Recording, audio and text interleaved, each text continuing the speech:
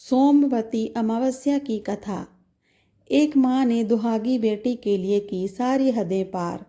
एक साहूकार के 7 बेटे और 7 ही बहुओं के साथ एक बेटी भी थी।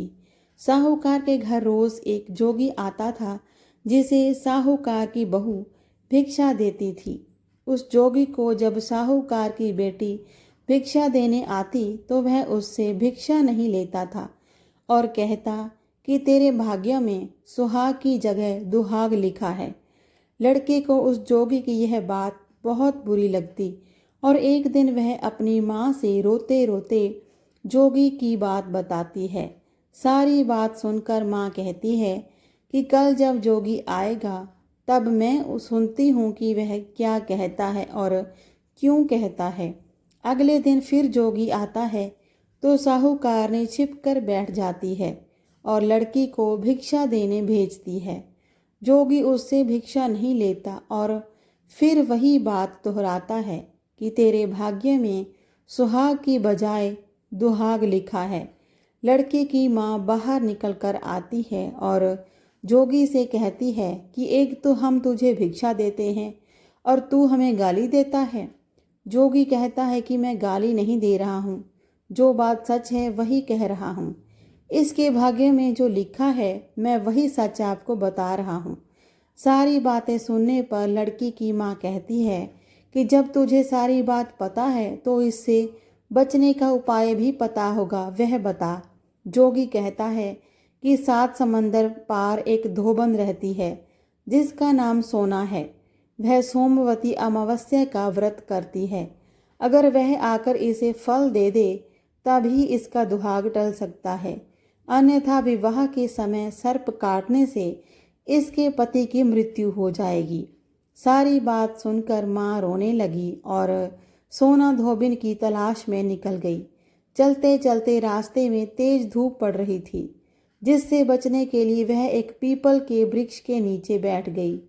उसी वृक्ष पर एक गरुड़ के बच्चे अपने घोंसले में थे। एक सांप आया और गरुड़ के बच्चों को खाने के लिए लपका, लेकिन साहूकार ने उस सांप को मारकर बच्चों की रक्षा की।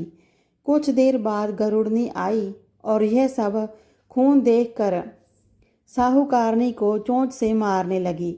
साहूकारनी बोली कि एक तो मैंने तेरे बच्चों को सांप से बचाया और तू मुझे ही मार रही है। सारी बातें जानने पर गरुड़नी बोली कि तूने मेरे बच्चों की रक्षा की है, इसलिए मांग जो चाहती है। साहूकारनी गरुड़नी से कहती है कि मुझे 7 समंदर पार सोना धोबिन के यहाँ छोड़ दो, और गरुड़नी ने वैसा ही किया। साहूकारनी वहाँ पहुँच तो गई, लेकिन सोचने लगी कि इसे कैसे मनाऊं। सोना धोबिन की भी 7 बहुएं थी, लेकिन घर के काम को करने के लिए सदा आपस में ही लड़ती झगड़ती रहती थी।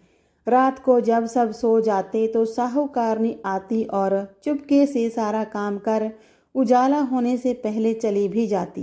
सारी बहुएं भी आपस में यही सोचती कि कौन सी बहू है जो सारा काम कर देती है, लेकिन एक दूसरे से पूछने की हिम्मत किसी की भी नहीं होती। काम करने की बात सोना धोबिन ने भी देखी कि आजकल बहुएं लड़ती भी नहीं हैं और काम भी सारा हो जाता है। सोना धोबिन ने सारी बहुओं को बुलाया और पूछा कि आजकल तुम लड़ती भी नहीं हो और घर का सारा काम कौन करता है। बहुएं सास से झूठ कहती हैं कि लड़ाई करने से क्या फ़ायदा, इसीलिए हम मिलकर काम कर लेती हैं। सोना धोबिन को अपनी बहुओं की बात पर विश्वास नहीं होता और वह रात में जागकर वह स्वयं सच देखना चाहती है कि कौन काम करता है।